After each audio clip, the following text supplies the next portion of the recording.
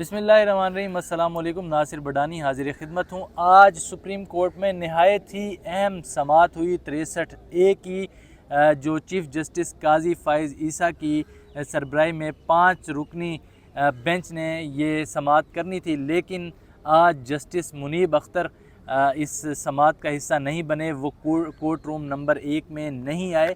ये 63A है क्या, ये चीज़ें मैं आपके साथ शेयर करने जा रहा हूँ। 63A का जो मामला है वो शुरू हुआ था पिछले दौरे हुकूमत में, जब पाकिस्तान तहरीक इंसाफ के ख़िलाफ़ तहरीक अदम एतमाद लाई जा रही थी। तब उनके बंदे तोड़कर वोट डलवाए गए। जो PDM थी उनको जो है वो वोट दिए गए, और उसके बाद जब उनके वोट चोरी हुए तब पाकिस्तान तहरीक इंसाफ सुप्रीम कोर्ट आई थी, और उस वक्त के चीफ़ जस्टिस उमर अता बंदियाल ने 5 रुकनी बेंच की साथ जो है वो इसकी समाअत की थी इस केस की। और उस समाअत में उन्होंने फ़ैसला दिया था कि 63A के तहत कोई भी जो मेंबर कौमी असम्बली होगा, अगर वो अपनी पार्टी पॉलिसी के ख़िलाफ़ वोट देगा तो उसका वोट काउंट नहीं होगा, वो नाअहल होगा। और तीसरा जो था कि वो उसको ना ही उसका वोट काउंट होगा। तो ये इन चीज़ों पे अब हुकूमत ने दोबारा इसकी तशरीह करवाने के लिए रिव्यू की जो पिटीशन जो है वो डाली है, ताकि इसमें जो है वो एक्सटेंशन दिलाई जा सके, नंबर गेम जो है वो वोट पूरे करवाए जा सकें पार्लियामेंट में, और आइनी तरमीम की जा सके।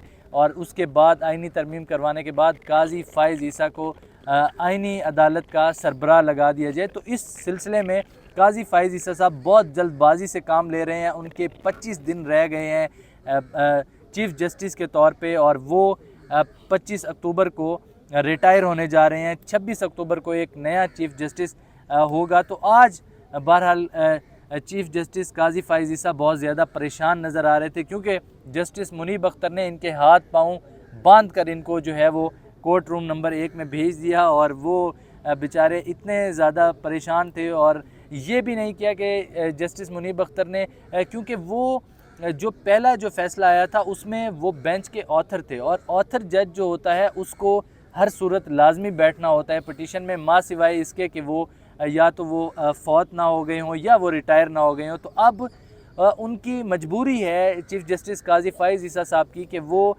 जस्टिस मुनीब अख्तर को इस बेंच में बिठाएं। अब वो आज वो कह रहे थे कि अगर कल जस्टिस मुनीब अख्तर से हम रिक्वेस्ट करेंगे, अगर वो ना आए तो फिर हम दोबारा से बेंच तश्कील देंगे, और जो भी जज अवेलेबल होगा उस जज को अपने साथ बिठा के, और फिर हम दोबारा से इस 63A की जो इसकी तशरीह है उसको दोबारा से रिव्यू को देखेंगे। और ये फ़ैसला बज़ाहिर यही लग रहा है कि ये फ़ैसला देना चाहते हैं काजी फ़ाइज़ ईसा साहब हुकूमत के हक़ में, और ताकि ये फिर जो भी पाकिस्तान तहरीक इंसाफ के आज़ाद उम्मीदवार हैं, जिनको इलेक्शन कमीशन ने आज़ाद डिक्लेयर किया हुआ है, उनके वोट ख़रीदे जा सकें। और ये भी इतलात हैं कि 4 से 5 जो पाकिस्तान तहरीक इंसाफ के अरकान हैं, वो उन्होंने यही कहा है कि हम आपको वोट देंगे, लेकिन अगर आप ये 63A ख़त्म करवा दें, ये शिक जो है ये ख़त्म करवा दें, तो फिर हम आपको वोट देंगे। और साथ ही साथ उनको ये लालच भी दिया गया है कि अगले इलेक्शन में आपको हम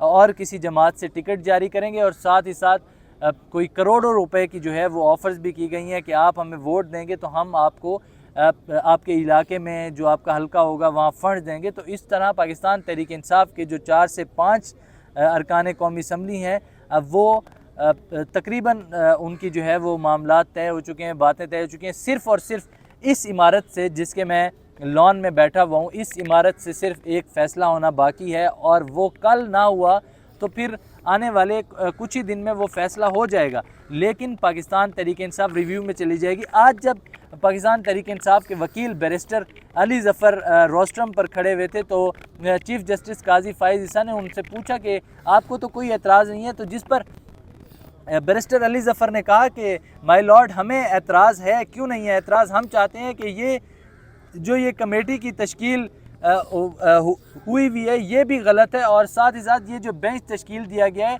ये गलत तरीके से दिया गया है। ऑर्डिनेंस के तहत जो है वो ये सारे मामलात चलाने की कोशिश की जा रही है। तो दूसरा उन्होंने ये भी कहा कि हम चाहते हैं कि आप लार्जर बेंच तश्कील दें, लार्जर बेंच बैठ के ये मामला सुने, जिस पर चीफ जस्टिस काजी फ़ाइज़ ईसा बोले कि यूँ तो सबको बुला कर लाना और सबको बिठाना, तो यूँ तो निज़ाम ही नहीं चल पाएगा, निज़ाम दरहम बरहम हो जाएगा। तो काजी फ़ाइज़ ईसा साहब ऐसे दांतों को पीस रहे थे और शदीद गम व गुस्से का वो इजहार कर रहे थे और अजीब उनका रवैया था, जैसे अजीब कोई साइकोपैथ आदमी जो है वो बैठा वो। तो मुझे भी हैरत हो रही थी कि यार इस मनसब पे, इस आला मनसब पे ऐसा अजीब तरह का बंदा जो है वो लाकर बिठा दिया गया है, जिसको सिर्फ़ और सिर्फ अपनी ज़ाती अना में, अपने बुग़्ज़ में वो अंधा हो चुका है और अब ख़ुद को दोबारा से आईनी अदालत का सरबराह बनाना चाह रहा है। इस हवाले से कल जो भी अहम डेवलपमेंट्स होंगी आपके साथ शेयर करते रहेंगे। अब तक के लिए इतना ही। अपने मेज़बान नासिर जहांगीर को दीजिए इजाज़त। अल्लाह निगहबान।